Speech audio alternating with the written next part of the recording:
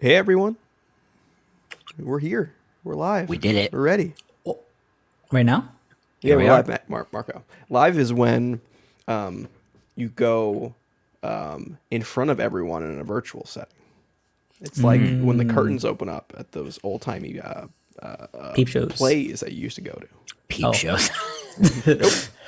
Oh boy. Yep, that's Marco for you. Hi guys. Hello. Welcome back to another week of the Pals Polls. What's up? I'm Tyler. I'm here with Kel and Marco. We're short one Mr. Sean Bartley, who is what do you think Sean's doing right now? He's still getting sand up his ass. Yeah, he's sipping on a Mai Tai somewhere Yeah. Yeah. You ever have like a legit Mai Tai? with like the flower inside. No. In fact, that made me cringe a little bit. Oh, The fact that okay. you would even dare to We're garnish on different pages then. an exact, an accurate Mai Tai with a flower. Ugh. Yeah, you get that little like Mai hibiscus Tai is so flower, much whatever more it is. simpler art. It's a simple art. It's very little ingredients, but they're all delicious. What do you make yours with then? Is that if like I use a Smuggler's Cove recipe. Great, Marco. Oh, you would like this. It's a tiki cocktail book, but it was also Okay. like a history book at the same time.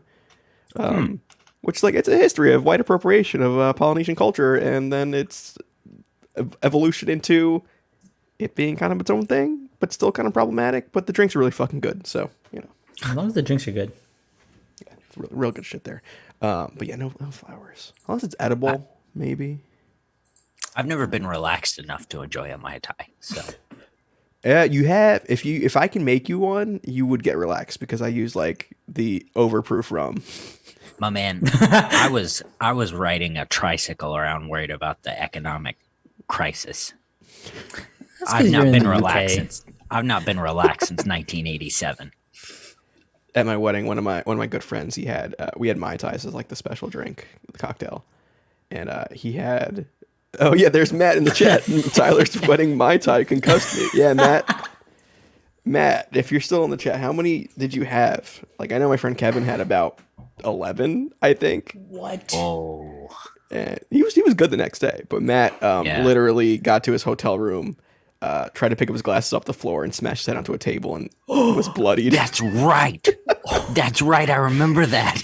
He went to the, and guys, we'll get to the show eventually. This is a comic book show. We'll get to plugs in a second. But he eventually was so drunk and bleeding from his face that he went down to reception for a Band-Aid, and I told him that was possibly the worst idea he could have done. Holy shit! Just a bloody mess going over to reception. That poor receptionist. Anyway, welcome I've to been there. the- I have a story about that. Oh, do you? Not Matt, but somebody bloodied coming to the reception desk. I work at a hotel through college. This is a comic boy. book show. We'll Yeah, get yeah. there. Guys, You guys will have to pay for talking that about- story. Yeah, we're talking about comic books this week. We got 4 big books this week. Immortal X-Men #1. We have the Return of Astro City with Astro City. That was then, I believe. Am I getting that right? I think so, I'm getting yeah. it confused with the new Sex and the City title that's on HBO Max. Nope. It's honestly quite similar. And we also have the Swamp Thing, the Return of the Swamp Thing with #11, and the debut of Hulk Grand Design with Hulk Grand Design Monster #1. Although Monster is really the number, even though there's #1. Numbering's a Monster. little The monster's Jim Rock. funny. Oh boy. Well, Did you pick up the mouse variant of this Hulk book? No, so yeah, but before we start the show, I just want to say where you can find us. You can find us every Wednesday for Pals Polls at 6 p.m. on twitch.tv/thecomicspals. You can find us also live Saturdays around 10:15ish a.m. Eastern time at the same place, twitch.tv/thecomicspals. Find us on YouTube, Instagram, Twitter, TikTok, all the Comics Pals. It's on the, if you're watching the stream, it's right up there. Use your eyeballs. And you can get us. All our links are on our Twitch too if you're watching us live. But yeah, feel free to check us out. Join the discussion on Discord as well, where we can all kind of talk and commiserate on extend the conversation. Yeah, extend the conversation. Some people have been doing their own. Manny did his own Batman Rogues Gallery ranking, and he added some people in there that I wasn't in my list, like Catman and stuff. I'm like, oh okay, yeah. Oh, interesting. Yeah. I dn't see it. It's on Twitter. It's on Twitter. What were his S tier? S tier. Joe Chill was up there on S tier. Okay, forget it. That Catwoman, I no don't Riddler care. though, no Riddler. Which, a tragedy, but Yeah, it is what it is. I think our tier list was pretty good. As much as Kale wants to kvetch about Edward Nygma's place on the list. Yeah, it's wrong. Well, all right. we can be wrong. said That, Yeah. listen, everything else that would be a phenomenal list. Otherwise, So, you know what? Then we're just one short of phenomenal, which that sounds about right. That sounds about right for us. That sounds like the Comics Pals. sounds like this episode Par. of Pals Bulls, to be honest. We're one short of structure. Let's talk about our first book this week, Immortal X-Men #1. And this is by Kieran Gillen, Lucas Wernick, and Curiel on what's his first name? You think I'd have this ready? David Curiel on colors. So we're finally in Destiny of X, Destiny of 10. How am I supposed to pronounce that? How am I supposed to say that? Yes. Okay, thank you, Mark. Great. Thanks for clearing that one up. That did it. Yeah, so this is Kieran Gillen's foray into the X-Men verse since Utopia, I would say, which he also makes a nice little nod at in here and kind of bashes his own work a bit by mentioning Utopia as some rock that was inconsequential, which kind of. Oh, okay. But yeah, so it's do you guys have any familiarity with Gillen on the X-Men books? Bits. Previously? I feel like I read his stuff before I really knew who he was on X-Men specifically, and it didn't stick. So, In fact, I think Gillen's X-Men was when I first started collecting X-Men proper. I remember picking up an issue, and maybe I could be wrong here, where like Cyclops was like a hippie, like there was some kind of hippie virus going on, which was weird. But after reading this, I kind of like it. I think Gillen's got an interesting voice here that I'm kind of excited for. Oh, you don't like it, Cal? What'd you think? I don't know. Toward the end of it, I think my thing with this was it felt a bit long. There were a few extra pages, but Yeah. I think he used them pretty well. I don't know. I feel like this, like the final. Oh, full spoilers, by the way. We're where's my really spoiler? jumping the fuck in here. It's broken. All right, my spoiler thing's broken because Sean's not here and I'm in the wrong scene. Spoiler alert, guys. Wee woo. This non-conflict with the giant tremors snake that comes out of the ground and No Kevin Bacon. fights literally everyone. Why? It just, I don't know. I like Sinister. I like he's Sinister. I like his voice. But by the time I got to the end of this, I was very tired. Tired in like there was too much Sinister, and you're like just like, oh, okay, all right, there's too much going on here, or the politicking of it all. I think it was Sinister, to be honest. Especially once you got this whole page of all the captions. Yeah. I looked at that and went, "Come on, man!"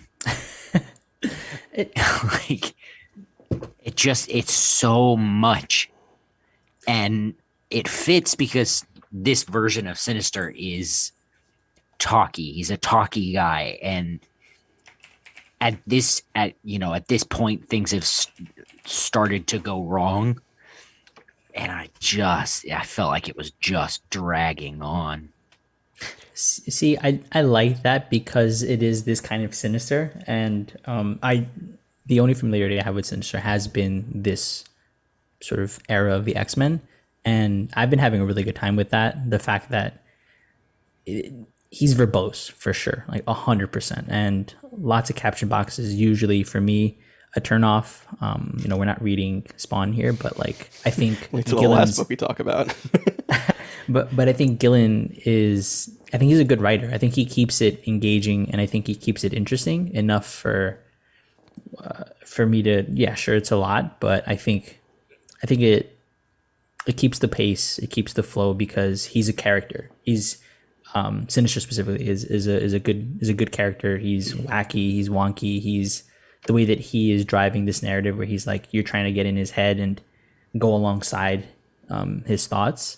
I think works, especially that the one page where everyone's voting and he's like guessing the votes alongside. Yeah, that really worked for me.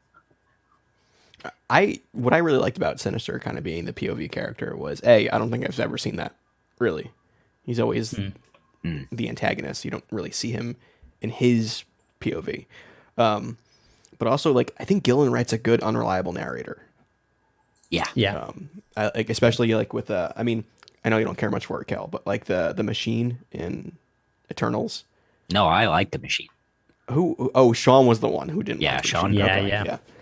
It's kind of got it's got a little bit of like it's a little cute in that way, and I don't mean that in a pejorative sense. But there is like right off the bat, I don't trust this guy.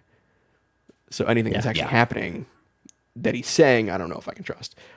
Gillen does that pretty well when he does different POV and Die. I don't know if either of you has read Die. No, I haven't gotten to it yet. New hardcover just got announced for I think September. It's Gillen's love letter to tabletop games. Yeah. It's only 2 volumes, right? Yeah, they're finally coming out with the hardcover, and it's Nice. really good shit. But like that's that kind of unreliable narrator that we're getting from Sinister, and like Sinister has been a persistent player in the background of this whole Krakoa era of the X-Men. But outside of like Hellions, where he was like the Nick Fury to the Hellions, he has really been in the background. And he's there for flavor, really. But we've always known he's been up to something. We've gotten those Sinister secrets in like Hickman's X-Men run that have been throughout. But like we never really got payoff from that. And it's cool to finally see like, oh, this is what he's been doing this whole time. Which really kind of brings some, I don't know, like a chaotic element to Krakoa. That's in a world where everything's kind of been a little more structured. There's some chaos on the horizon, which I really like. Even this issue, right? It's like in the midst of that chaos because Magneto drops out. He's like, "I'm out. I'm done." That throws everybody going to retirement home into on Iraqi. Yeah. Yeah, like that. That in and of itself is the, for me, the start of the uneasiness that is being expressed here, and the fact that Sinister's there as the unreliable narrator and as somebody who just has things in the background that he's trying to do. He has an end goal, he has an agenda, and it's affecting. It's not affecting like the outcome of a vote necessarily, but he has an end game, and you can see that, and this is the first step towards it, and that was interesting. And especially like his confidence, like 75% into this issue until the vote, and it doesn't go the way he wanted, and he just crumbles. Like you can see him crumble. Like he's not this god-like figure. He's not Apocalypse, he's not Magneto, he's not Mystique. He's a little bumbly, which I think is a aspect of Sinister. Like that is definitely a newer character trait since the Krakoan stuff. I never really viewed him as that before. He was much more of a evil scientist previously. But having him see him have like actual character is fun. I really love his reaction to the Magneto news, even though he says he already knew it was going to happen. Yeah. Oh, that was so good. Did I overact? In the Lucas Wernick art, like I praised his art on the Trial of Magneto, even though the story was kind of a little all over the place. Outside of like a couple panels during that run that were like literal copy and paste, I didn't really see that here. That's right. I did. You You did? can see it, especially in the close-ups of Sinister's. I almost called him Sinestro. In Sinister's face, where he's like, where he's got that cocky grin, and he's looking exactly sort of Oh, up and I don't know if you can see it. I have it. This one right here, and then if you go to fucking one over, and he's the same one up top in the middle, like on the Okay. right Yeah, it's most kind of side. like yeah, not necessarily a bad thing. Like you'd Yeah. only guess one of the notice it benefits if of- it was, if you were looking for it. But like I felt it. I noticed it in Trial of Magneto because it was upscaled in certain things, which made it blurry, and like that made me notice it. You know what I mean? Because it is digital. I guess where it's 1-to-1 like that, it's harder to notice. Which, hey, one of the benefits of digital art, it means you could do more a little quicker. Most people put don't more notice stuff. it. No harm done. I really like the art.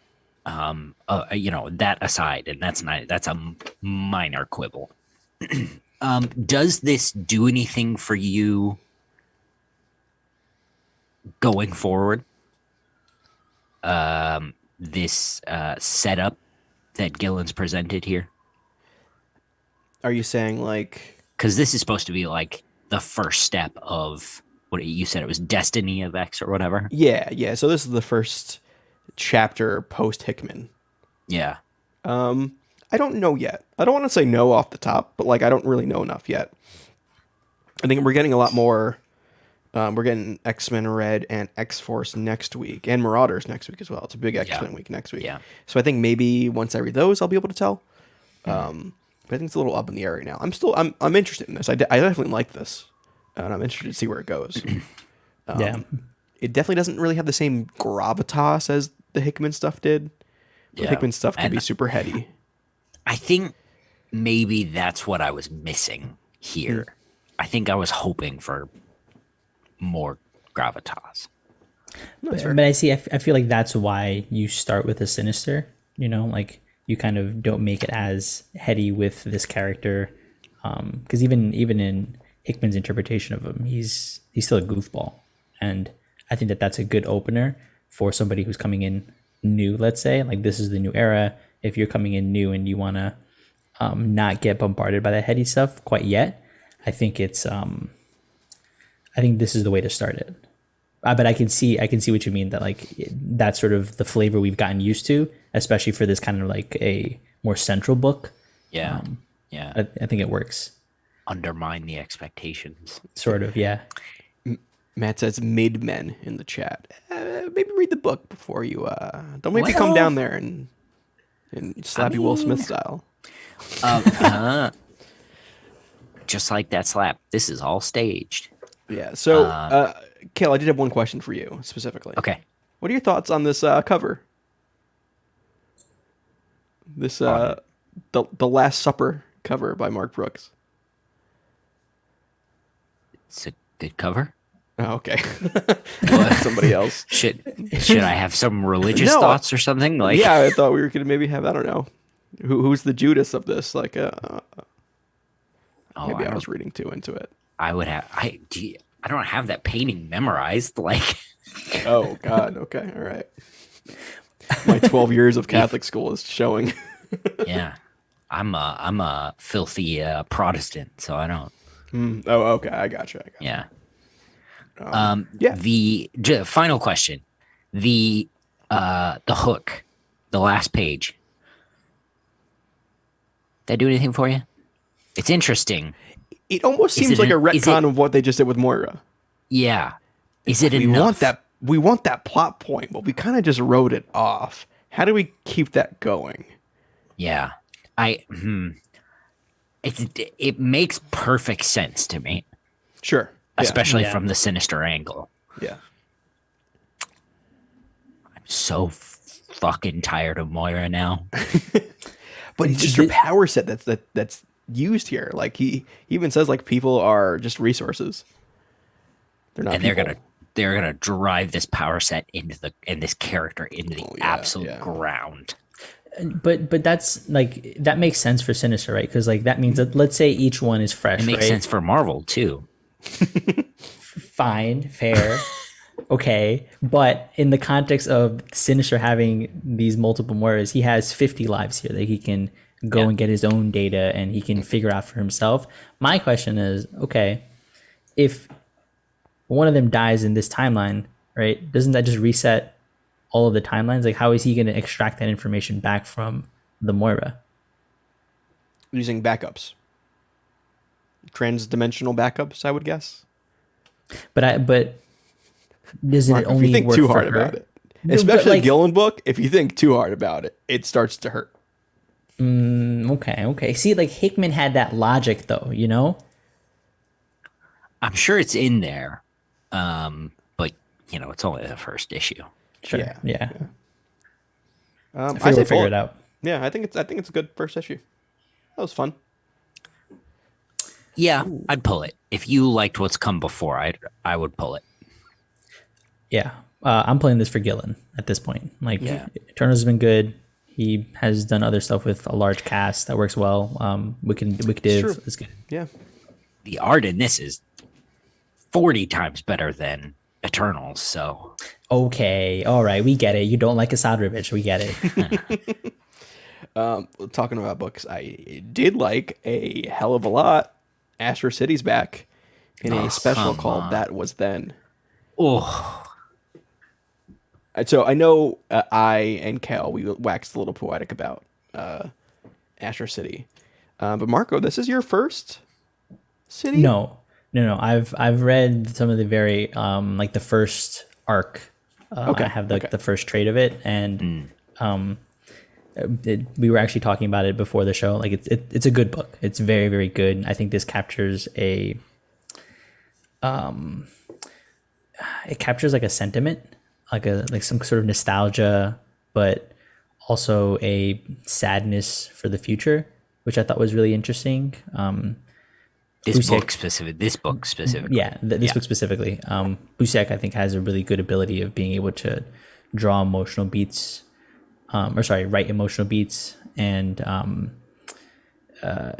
communicate sort of without you having to know the history and the lore and all that stuff really effectively. So you can just jump into a book, consume it, and you have emotion about it. You have these feelings about it. And I think that this book is very much in line with a lot of, again, just reading that first arc, you get thrown into this and you orient yourself in the first few pages, and then boom, you're hooked onto one of the characters. You feel for them. You care about their struggles, and it's only, what is this, like 30 pages?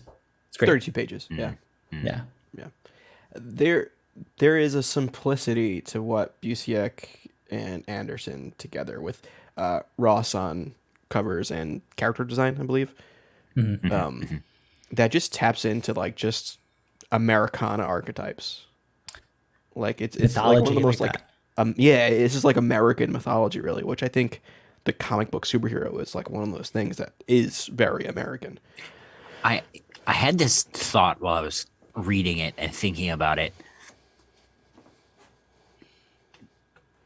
Astro City to me feels like the Silver Age matured Yeah. in like, okay. the Teen Titans when it was really famous, and like the Claremont X-Men and the Marv Wolfman Teen Titans when they were really famous, and that style of thing matured, and it sort of never goes through like the Bronze Age or the the dark stuff, and it sort of matures and it allows itself to feel and express a feeling.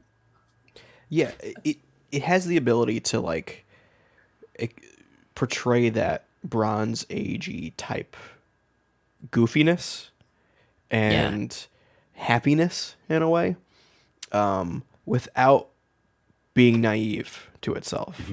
Like it's Yeah. allowed to tackle things head on. Like this issue in particular, it feels like, oh, this is what happens if, I'm getting like Wolfman Perez Teen Titans from this. Yeah. Like Yeah. if the Teen Titans, had to actually grow up. And sure they did in the comics, but it was gradual. I don't think there was ever like a definitive like them speaking it and doing it. You know what I mean? This is them being able to kind of think about and express it. And it's not, Astro City is not a wham bam punch superhero stuff. It can be, But when I like it, it's when it's stuff like this where it lets the heroes be people. Which seeing, this young group of teen heroes kind of come to terms with, like their place in the world in one issue. Like, Kayla, I think maybe some of these characters have popped up elsewhere. Probably. But I have trouble keeping track of them. Bits and pieces. I've been off the Astro City circuit for a while, but the one hero that did pop up was Supersonic, and he is probably my favorite Astro City character. I think he is cool as hell, and the fact that he just pops up in this book and he's like, "You kids okay? You need anything? Sodas? No? All right, we'll see you later." That was good. He reminded me of like the mom from Mean Girls, like for a bit. Yeah. Loved it, man.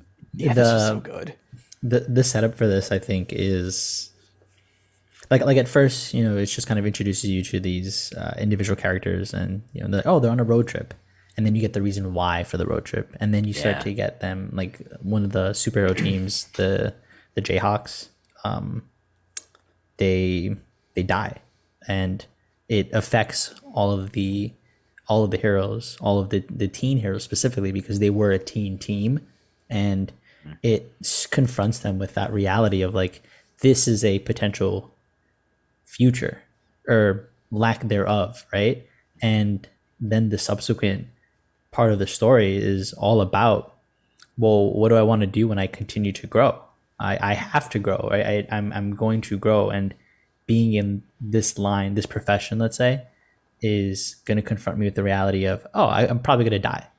And that, I was like, fuck, okay, that's some real ass shit. And Teen Titans never get to do that because of just DC. Like, they are not allowed to die, So Well, and like when you open the book and you look at the characters and like you get into the the introduction of who they are and sort of what they're doing, like they're driving Chitty Chitty Bang Bang. Like, come on. But like I opened the book and I had that moment of, it's been a while since I've read Astro City. Boy, this is goofy. I don't know. And they're explaining, the relevance of the team in the world, and you kind of get into it, and by the end of the page where they're explaining, you're like, all right, I'll go with this, and then they die. And you're like, oh no. Because Busiek does such an incredible job of giving you the goofiest stuff but making it feel real. Yeah, you felt bad for Beach Boy and Teen Genie. Yeah. And like, he doesn't explain power sets. Like, that's not what this book is about. Who cares? It's about the characters. Yeah. It's about the people behind the mask, whether or not you know who they are, right? Like Bugle Boy. And he's like, well, I'm growing up. I can't be called Bugle Boy anymore. I'm like, yeah, you are growing up, Bugle Boy. Bugle Man doesn't have alliteration anymore. It's no longer a comic book name. Yeah, like that's some serious shit. But also, like, seeing how each of them had a different perspective. One of them was like, yeah, I'm ready to leave. One's like, yeah, I need to be like a better superhero. The other one didn't want to talk about it. And then the other one's like, maybe people should die, So Yeah. I was But like, you know what? I think that guy's right. That guy might have a point. Oh, he definitely does. He definitely does. And like, who knows? We might see this character. I might have already been in the background in a book of Astro City that I never even read yet. So, but there's like a romanticism to it, because even that character where he's like, sure, like, oh, humans are the cause of all this shit. Maybe we should, destroy everything and start with animals and plants again. But then he starts thinking about it. He's like, but also, I have all of this potential outside of that. I can go explore the cosmos. I can explore the what do you say, the ocean, and like. You said it in the wrong order. he says all these things. I could do all of these things. I could upgrade myself to an adult. I could go explore the oceans, explore space, the cosmos. But humans suck. Yeah. So it's like I could bring the science to them, but they're just gonna kill each other with it. it's a romanticization, and I think that's what I love about this book. It's Synthesizes? romanticization. Oh, It looks back fondly on on the era and the genre, but then it hits you with just that bit of reality, yeah. that makes it believable and it brings you in. This was great. So good. I kind of needed this book. It just felt good to I read. I really think I did too. Yeah. I'm very excited about um the The collections. mega collections, I think he's calling them. I can't remember what. He Yeah, called did you them. read the letters page? I rarely read letters Yeah. pages, but I definitely read this one. Pusick talked about what happened to DC and the collapse of Yeah. Vertigo, which kind of derailed all his plans. He was originally going to be coming out with graphic novels to continue the story rather than single issues. Amazing. Because he was also sick at the time. Yep. I think For a long Yep. time. Yeah. Yeah. And I think he says it's not really off the table. There are new Astro City stories planned, but he doesn't know in what sense right now. I think his main objective is collecting it into affordable Yeah. volumes for people that they can kind of read these en masse. But he did mention hardcover omnibuses are on the way. I'm like, oh, They're on the table. Yeah. that is interesting to me. But yeah, and he also talked about an Astro City show. I don't know if I'd want that. Yeah. It's tough. I don't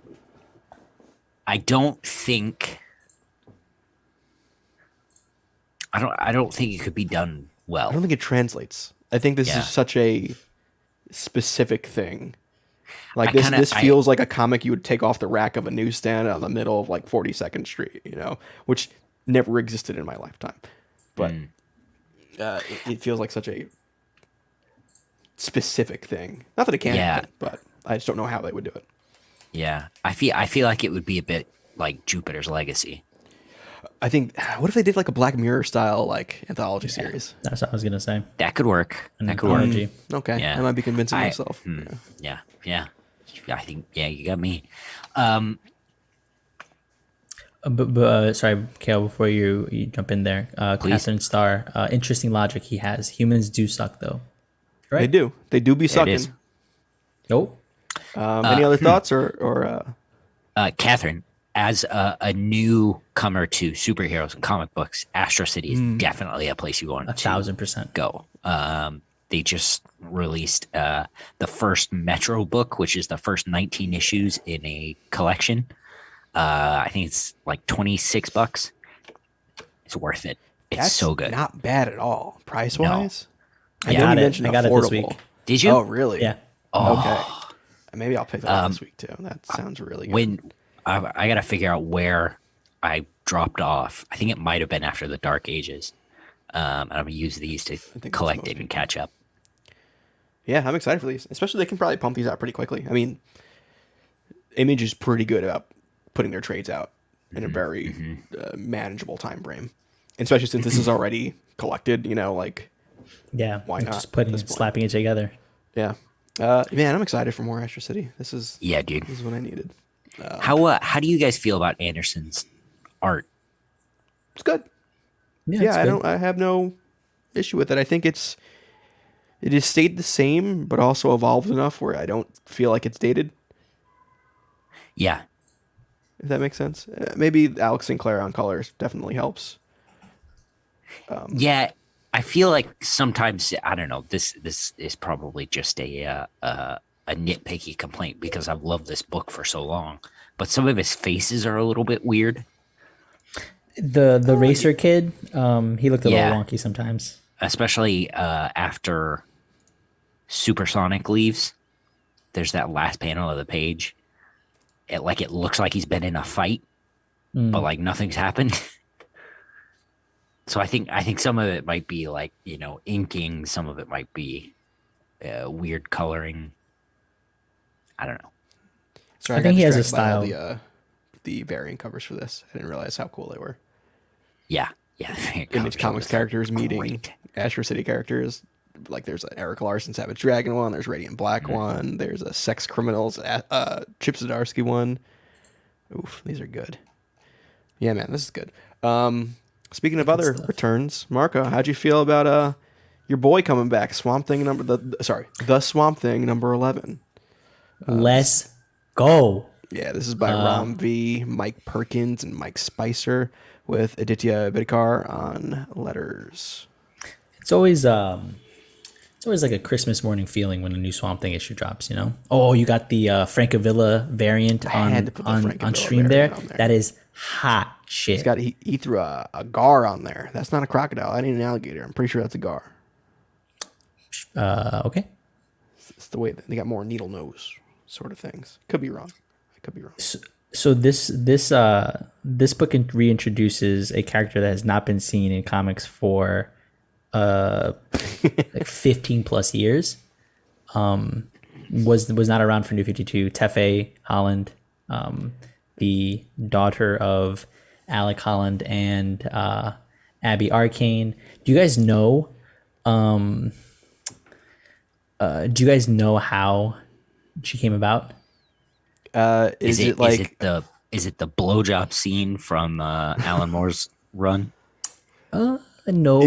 Isn't that how babies are made? Is this like a Anakin Skywalker thing where like the green made her into existence?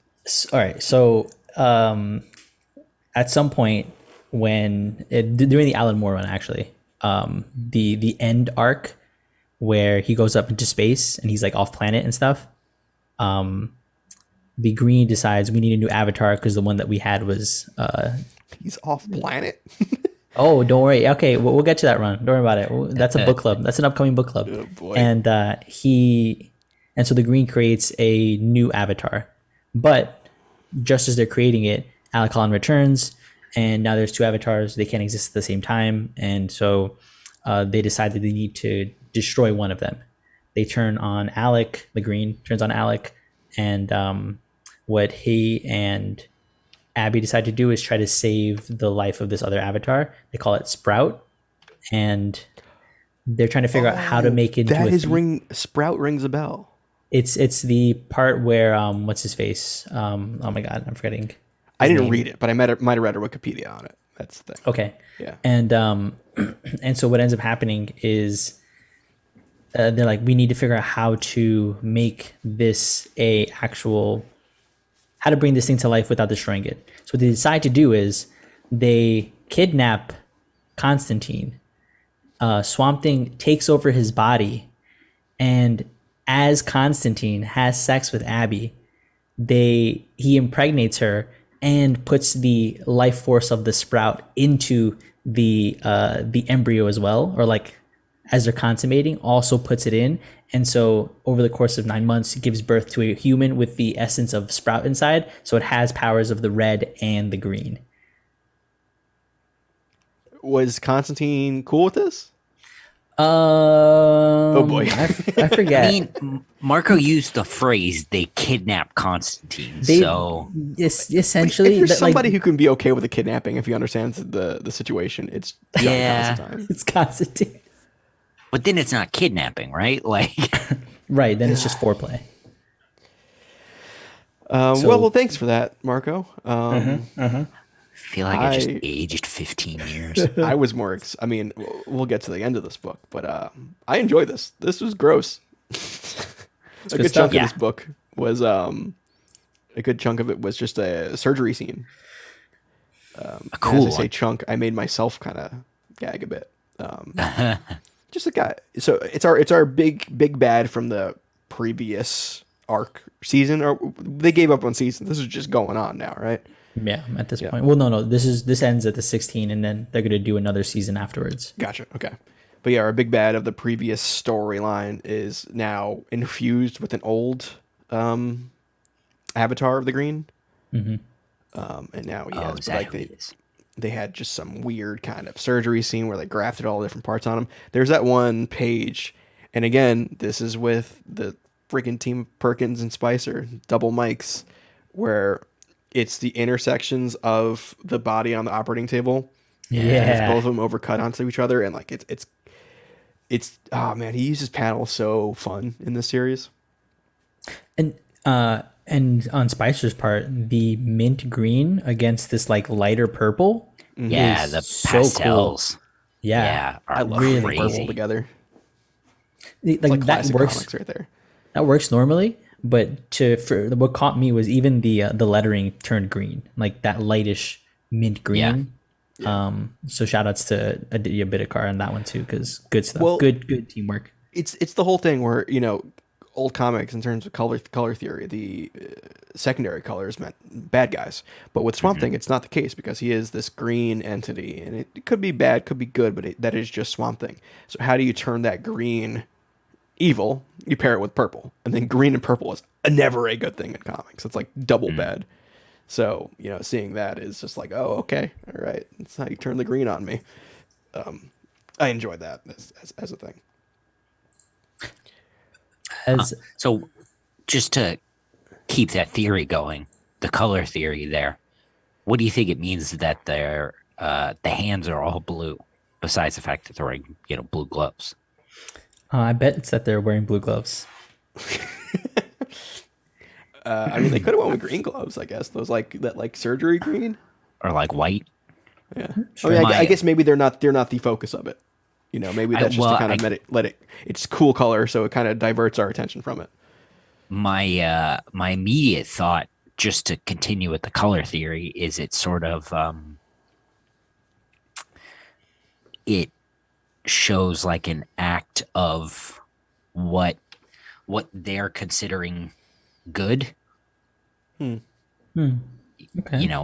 They're acting with what they would consider, justice or whatever. Good intention. Would signify good intention. Yeah, but they're being used by the green behind it. I could see that. I could see. Probably Okay. a bit of a reach, but I mean, I think it's Oh. that, or it just is, and yeah. but The that's just breaking down anything really. I will say I think I don't know what the role, like why come to Tefe, because it opens up with I'm forgetting her name, but it opens up with Tefe sort of being like this almost shamanistic figure, and they've come to consort with her and figure out how can I get Levi back. And I don't know. I'm curious to see what Ram plans to do with this character, because Well, yeah, from the crash course he gave me, I can see this going as like, oh, if there's one person that knows about separating people from the green, okay, it is Tefe, and she wants Levi back as himself. Even Tefe is like, you can't really separate the two. He is here because he is the green. So maybe that is the kind of way we get into what's Levi's girlfriend, not girlfriend.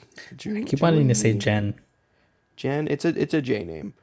Jennifer. Yeah. I think that Tefe is going to be like the way to leads Jennifer to recognize that like this is who he is now, and you can't really change that. Sure. Yeah, that makes sense. I was excited about the reveal at the end with Jack Hawksmoor showing up, who I love. Who's that? Who dat? He's one of the Authority characters. He's a Wildstorm okay. character. He can talk to cities.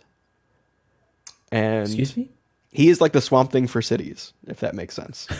He The can like avatar go of into like this metropolitanism. place where he can speak to cities all over the world. Almost like if Swamp Thing goes into the green, and he can kind of show up in any green and attack the thing that's causing problems for the green. He's that for cities. So he just shows up in Detroit and he's like, yo, you've been telling me something's wrong, I gotta fix it. So the machine That's Really learns like to that. interesting, huh? I really like that. Yeah, Because Jack in the Hawksmoor's early issues we had like the avatar of the desert or whatever, right? Like I love that, and I love that idea that each thing sort of has its own avatar. Yeah. Marco, there is a medal, right? Like, isn't there like a medal? Mm-hmm. Yeah, which we don't really have a it's- set avatar for. I wonder if They do. It's in the New 52 run, Charles wasn't that like Soule, a but Futures it gets End sort of thing. there's a Futures End. Yeah, it's the Machine Queen. Okay. Okay. But I think she gets killed or something. I wonder if this will retcon Jack Hawksmoor to be that of the present day. Oh, of the machine. Interesting. Or And I guess metal going in back to general, Detroit, city, that would make sense. Motor City. Yeah. Yeah. Okay, I can see that. And like he has like the metal feet. Yeah. Oh, that great was great cool. issue for feet people. I thought it interesting that there was a Green Lantern included. Yeah, me too. Wasn't sure what that was about. I was gonna ask you guys. I don't know who that is. Is that an allusion to going into space with Tefe and? He Alex does meet a being Green away? Lantern in space. Oh, As you do. He does. Could this be that Green Lantern? It's not this one. It's like a plant-based Green Lantern. Is it Green Man? No, it's like some weird name. Oh, No, Green Man's not plant based. He's just green. Yeah, there's it's like a chlorophyll sort of sounding name. Yeah, Like yeah. chlorophyll. Yeah. See I if know. can find I've done some Green Lantern research for the game that we did that one time. So it. Metaphil. yeah, Medfill. yeah, Medfill, yeah. He was in the movie briefly. Wait. He was like a Star Wars. I didn't see it. thing. It's Oh, was he? action Figures. Yeah. Now, I'm excited. This book's back though. This is. I can't really say anything bad about this book. Like it is very consistent. Yeah, Matt, the broccoli guy. Yeah, Matt's right. Broccoli. That issue is wild. We'll get to it. It's a book club. Is that It'll be a book BKB club. too? It's not. No. That's Alan Moore. Okay. All right. Yeah. And the person who wrote the arc for Tefe is Rick Veitch. Oh, okay. He's right after. Yeah, he's right Moore, after. It's isn't like he? issue like he drops off whatchamacallit. Alan Moore drops off issue 65. He picks it up at 66, and that's where he introduces Sprout and all that stuff. Interesting. It's like okay. the subsequent arc. I gotta yeah. find this variant cover though. It's so good. I know somebody in a Discord I think put it up, and I was I think it was Netflix. Nihilus, Nihilus, yeah. Nihilus, and I was very Did you call jealous. him Netflix? Netflix, yeah. Was it Netflix? Netflix. No, it's only a B variant too. So I should be able to find this. That shouldn't be hard. But let's end the show with another green. Pull it. I think pull Oh it. yeah. Hard pull. Pull I don't think I finished the Swamp Thing. So that said, this wasn't a hard place to jump on. Not at all. It's clean break. Yeah. Yeah, hard yank. Yeah, yank this one, guys. Yank it. Yeah, big time. Now we have another green guy, Jim Ruggs, Hulk Grand Design Monster. I guess this is I think it's a 3-issue mini. 2. 2? Oh, it's only 2. Okay. Yeah. Pretty much the Grand Design method of storytelling. We've done it with X-Men by oh shit, I'm blanking on Ed Piskor. Ed Piskor's. Yeah, Ed Piskor's Piskor. X-Men Grand Design, which I really enjoyed. And then there was also Fantastic Four Grand Design. Matt, if you're still in the chat, he'll be able to tell me who that's by. I forget who that's by. But these are typically by big comic book fan creators who know like their history really well and are non-traditional artists in a way. Tom Scully. Yeah, Tom Scully. Yeah. Scioli. I did not care much for this, if I'm being honest. It was the format is jarring, like the basically one page capturing an era. I have X-Men Grand Design. I just haven't opened it. Is that what the fuck this was supposed to be? I didn't even get that, Marco, from this. That's what I thought it was. I saw like 3 different pages describing a 5-minute scene and then 1 page describing 10 years of of comics, Yeah. you know? Like the time dilation in this was not consistent, which kind of threw me off. Which is not the case with X-Men Grand Design. I think you would actually like that one, Marco. It's X-Men Grand Design is very well paced. They had more room there on that one. Yeah, this was Banner gets hit with the gamma rays. He becomes the Hulk. He gets in a fight. He hates everyone. He gets hit with more gamma rays. He gets in more fights. He gets hit with more gamma rays. He dies. He gets brought back by gamma rays. He dies. He gets brought back. He gets hit with gamma rays. He gets hit with gamma rays. The They leader hit him comes with back. gamma rays. Who gets hit with gamma rays? But then the leader dies, but then the leader comes back. And then they hit Bruce Banner with gamma rays. It was this whole book. which maybe is a condemnation of the Hulk's history as a character, and it Sure, not really being but- anything. If it's not interesting, why do we have this book? Exactly. Yeah, exactly. If the- Go ahead. Sorry. I think some of the crossover moments were kind of cool, like the first time meeting the Avengers and the first time that he fights with the Fantastic Four. Like those were cool moments, and probably why some of that history gets interwoven is like these are the big beats with everybody else in the Marvel universe. And well, but then you have moments where it was like Doctor Strange, where he's like, oh, and then the Hulk goes to meet his pal Doctor Strange. yeah, And why once are we they got friends? past? Yeah, once we got past like the initial origin and then the Betty stuff, it became a book report. Yeah. yeah. And then I Yeah. just wasn't really into it. I thought the art, I liked the art. I thought the art was fun. art was It's kind fun. of classic looking. And at a certain point, I stopped reading and I just was looking at the art, if I'm being honest. Because a lot of it was like, there's no story, there's no real plot. It is just beat, which is fine. And I guess this is supposed to be a book report in a sense. But like Pisker was able to do it in a cohesive story as well, you know. But also, I don't think Hulk's that interesting of a character until, you know, I think we're getting Gray Hulk probably next issue. Yeah, that's the next cover. And then you get into like his weird personalities with like Mr. Fix-It and then like 90s Hulk. And I think Hulk gets more layers at that point. I'm not saying it's a good thing. Blast him with gamma rays. Yeah. But I'm not saying it's a good thing, but I think it makes for a more interesting read in a condensed sense because this whole condensation of it is just Hulk gets gamma rays, is mad, fights people, fights his friends. Repeat constantly. Yeah. I just don't think it was that interesting of a history to have to tell. Yeah. I did not have fun with this at all. Speaking of it being a book report, it was very much like, and then this happened. Yeah. Literally. And then this happened. Yeah. And then this happened. And you're like, all right, I get it. He fights people. I did like the kind of collage pages. I thought were Yeah, those are interesting. fun. Yeah, a Those lot are of lots those of are really cool, especially the one that was like, and then Hulk fights everyone. Yeah. And you see like it on there. You see like Wendigo and stuff. Specifically the recreation of the Wolverine debut issue cover That was cool. That was cool. was really fun because you got to see like the whole art process of everything that I enjoyed. Some of the moments felt like those pages felt like sticker book collections, which was really cool. Yeah. Okay. It felt like in some instances the backgrounds were more washed out than others. In like certain pages, the fidelity of like the lines got blurry, and I'm curious to see what it looks like printed because there were definitely moments where like this super crisp. This one page, I don't know if you can see it. This one page, super crisp. Everything about the lines is like really, really well done. And then there's a moment later where things are just fuzzy and blurry, and it doesn't look clean. And then the other thing that kind of threw me off was like it felt like this book was trying to sell an in-story history of the Hulk. But then it starts getting into like, oh, Hulk got a TV show, and then they came out with a comic that was about the first. Like, whoa! I thought we were in universe here.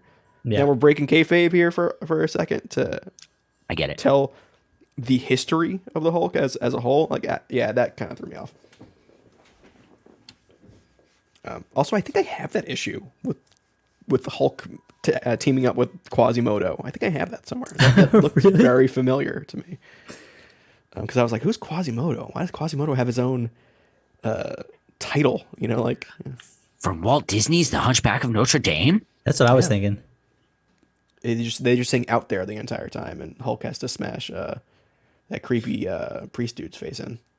But does he have to smash Esperanza? Esmeralda. Oh, that's Thank what I you meant. very much. Marco did the Spanish version. Yeah. Let's see. He was mean, reading Esmeralda's the same he thing, watched like- the dub. I don't know. I wouldn't pull it.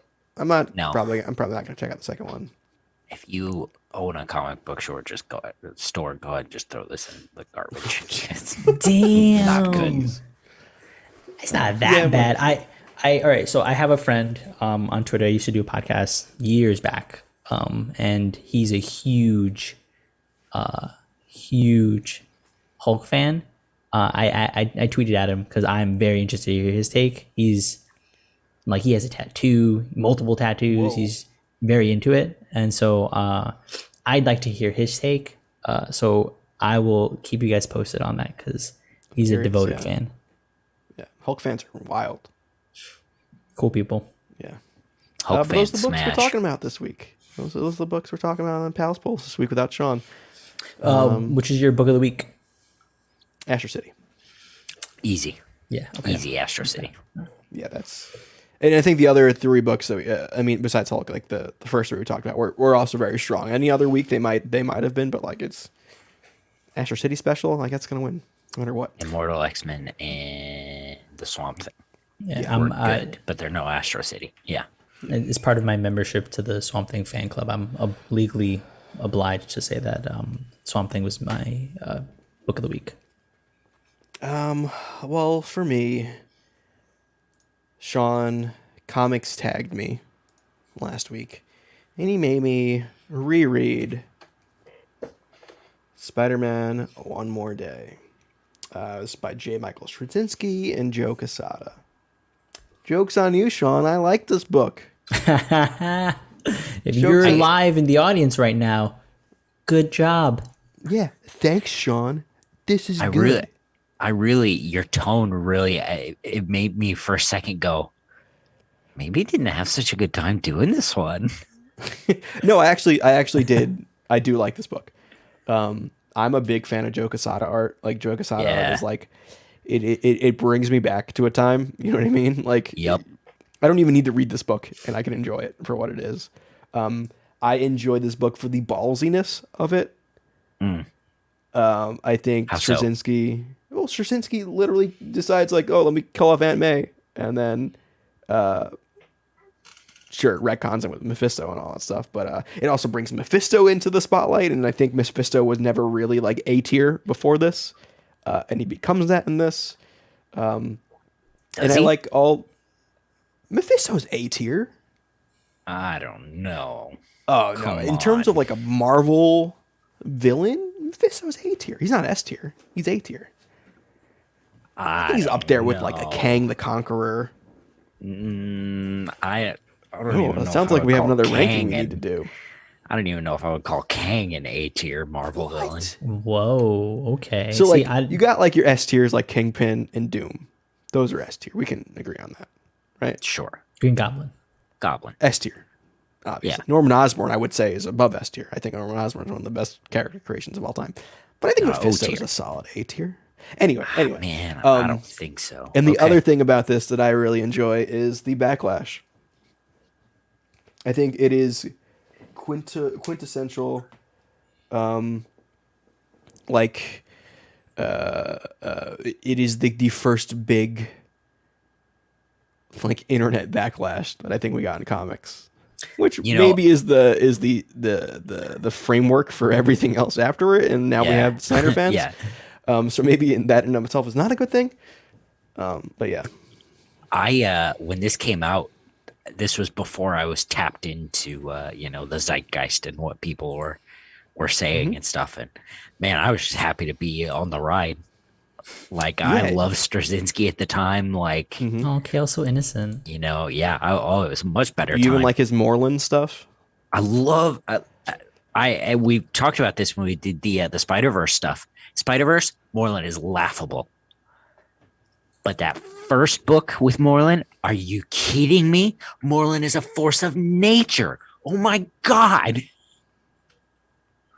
Yeah, I tend to like Moreland. So, no, I mean, I like this book. I think I think people, maybe it's just the passage of time has allowed me to like it more.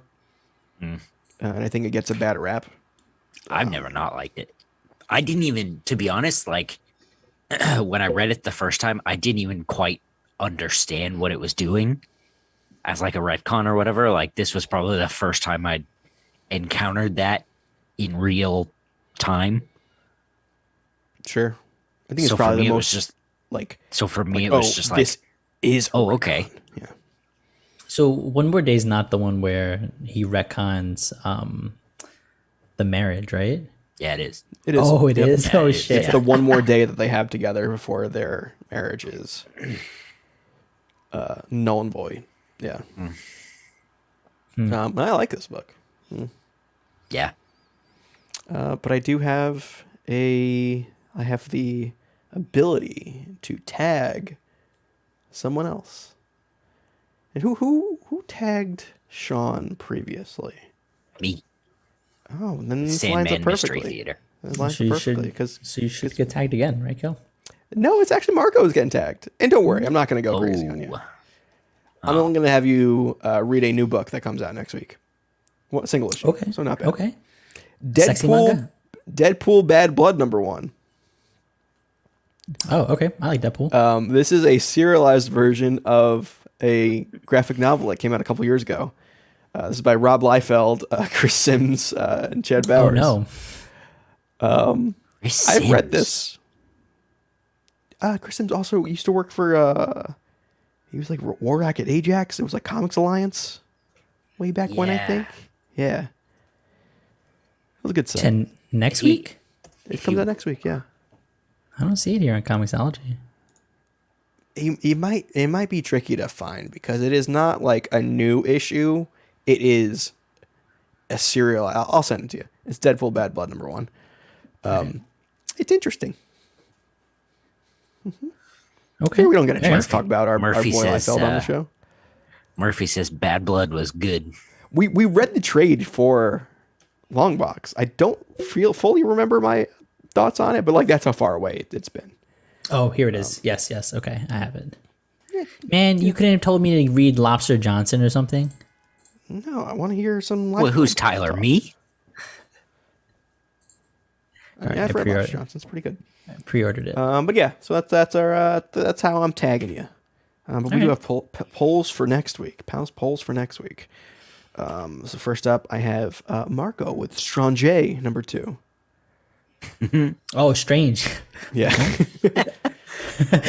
Strange is Jed McKay continuing the story of Clea as the new Sorcerer Supreme and her adventures. She's got to fight the Harvest Man, which was a cool ass looking villain. And I've been ranting and raving about Death of Doctor Strange. I think Jed McKay has a really good understanding of like story beats for this character, and had a lot of fun. Marcelo Ferreira is on the artist, and it's been good stuff. I've been enjoying it, and I'm gonna keep on with this book. And you also had Little Monsters #2. I was the outlier for that one. This was maybe 2-3 weeks back for Little Monsters. I adore Jeff Lemire, and Dustin Nguyen on art is, in this book specifically, is such a deviation from what he typically does. His covers are still watercolor, but the interiors are digital, and that just like rocked me. Digital and black and white, literally everything. It's antithetical to his whole style, and so that hooked me immediately. I think Jeff is able to write really small character moments, and Win knows how to translate them effortlessly. And this is a dynamic team. This is part of the exclusive contract. This is an ongoing, and at least I believe it's an ongoing. And yeah, I'm excited for this book. I like it. I think it's going to be a slow paced burn, which is pretty typical for him. But I trust the work. I trust the creator. Yeah, I want to hear feedback from this because I didn't really care much for the first issue, but I would like to know if it's worth picking up down the line. Yeah, for sure. On my list, I have X-Men Red #1 by Al Ewing and Stefano Caselli. This is where Magneto's going. This is back on Mars, where we're dealing with the Arakko stuff. This is really just seems like a continuation of what he was doing in Sword, with Storm and Sunspot on the team, but also Agent Brand is kind of gone evil, siding with Orcus, at least for now. You know, Brand could be one of those things where there's layers upon layers upon layers between her motive.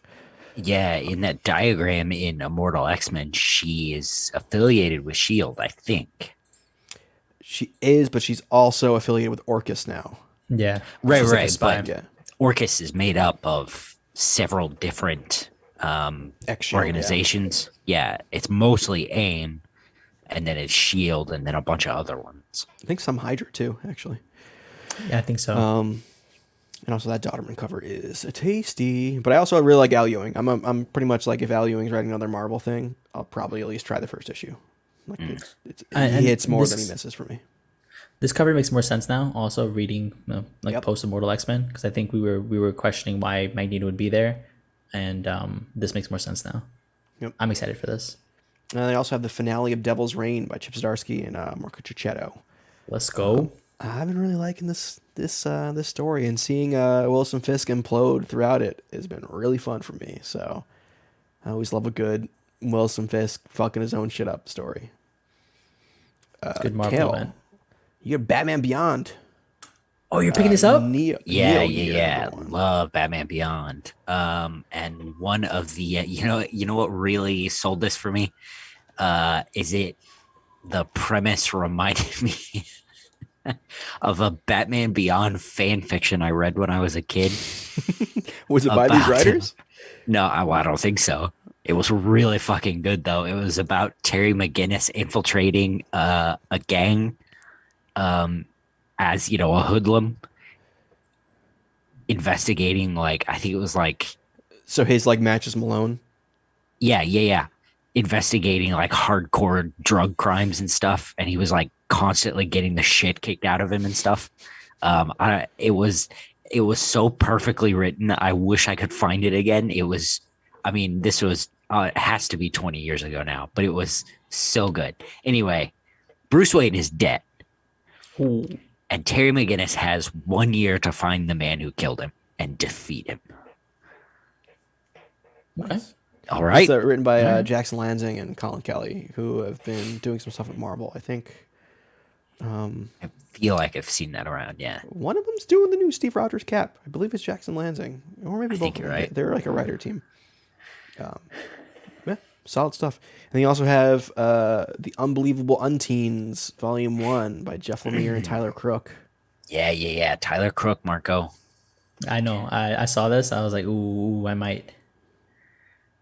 So after we read Astro City this week, I sort of realized that if Astro City is the expanded world of superheroes from the Silver Age that got to sort of grow and mature, the world of Black Hammer is that, but in the darker sense. It's like the modern- post Miller. A bit more modern, yeah. Yeah, maybe post Miller. Man, I anybody who listens to the show will know I fucking love Black Hammer. It's good. So Is this the essentially- Unbelievable. Can I take a guess Please. here? Please. Is this his take on the X-Men? Potentially, it seems a bit more Doom Patrol-y, actually. Oh, okay. Okay. I actually haven't read it, but I'll read the synopsis real quick. After signing at a comic book convention. Oh, Not just me, right? that's not. Yeah, no, that was Kel's thing going on. All right, hold on. Let me. I'll read it. I'll read it. Okay, you got After signing at a You scared the shit out of me. after signing at a comic convention, No, we're almost done. unbelievable unteen artist Jane Ito, related to Junji Ito, maybe, finds herself visited by one of the characters from her own creation. But was it her own creation? Were the Unteens an actual school of teenage misfit superheroes who battled supervillains under the lead of mysterious Dr. Miles moniker? And if so, who wiped their memories and why? As Jane's world is turned upside down and she learns the true nature of her identity, she discovers a sinister plot leading to her to assemble a team she had suspected was purely fictional. All How'd that that fucking time, it took you that long to read that? No, we were doing a bit. Yeah, Oh, we're just okay. laughing at you for a bit. Yeah. Yeah, sorry. Anyway, yeah, sounds like Doom Patrol to me, and I'm fucking in. Let's go. Yeah, that sounds pretty good. The Black Hammer stuff is very good. Yeah, it's real fun. It's Lemire's best superhero work, by far. Jeff Lemire, baby. All right, guys, that's our show for the week. Kale, where can people find you? You can find me on Twitter and Instagram at TotoInto. That's TOTOINTOW. You can find my work at KaleWard.com. I got the Steam Deck a couple of weeks ago, and I don't know what people play. So it's not Pokemon. Orc Massage. So I know you can't trick me. You can't trick me. I'm married. Okay. Marco, what about you? You can follow me at Mr. Marco Animoto on Instagram and Twitter. Come talk to me about this Swamp Thing book. If you know who Tefe is, come talk to me about why you think Tefe is here. And also come talk to me about Gundam. Let's go. A new trailer dropped for an upcoming show, and I'm very excited for it. First female protagonist. Am I right about that? Supposedly, yeah. I did see that somewhere. So. Which I don't think is true because technically... if you have to say technically, it probably is true. MSO8 team had a female protagonist. Anyway, beside the point. Good stuff. That's a really good one. Do you do Gundam models, or you just... No, I'm not into the gunpla. Just the show. Man, right. I've got the one that I started so freaking long ago. I can't do it. I did it I still haven't done it. I did it as a kid. My dad went to Japan for the World Cup, brought me back some, and I was like, all right, these were fun, but they took hours, and that was not fun. It's called Mobile Suit Gundam: The Witch from Mercury. So looks real cool. Well, you can find me at the Tyler Olson on Instagram and Twitter as my voice cracks. I don't know. Just talk to me about, one more day. I'm trying to work on some crafts for the first time in a long time. I'm making a replica of the Green Lagoon from X-Men. Hell yeah. Did a lot of measuring yesterday. I got some things planned out. I'm just waiting on some supplies, which should be here by now. I should probably check outside. But yeah, it seems fun so far. If anyone has any tabs on a Magic Marvel Legends action figure, Magic as in Ilyana Rasputin, let me know. Keep an eye on that one. It was Walgreens exclusive like 6 years ago, so it isn't the easiest one to find. So, but it is what it is. All right, guys, we'll see you next week we'll see you on Saturday with the normal crew. No Morbius show.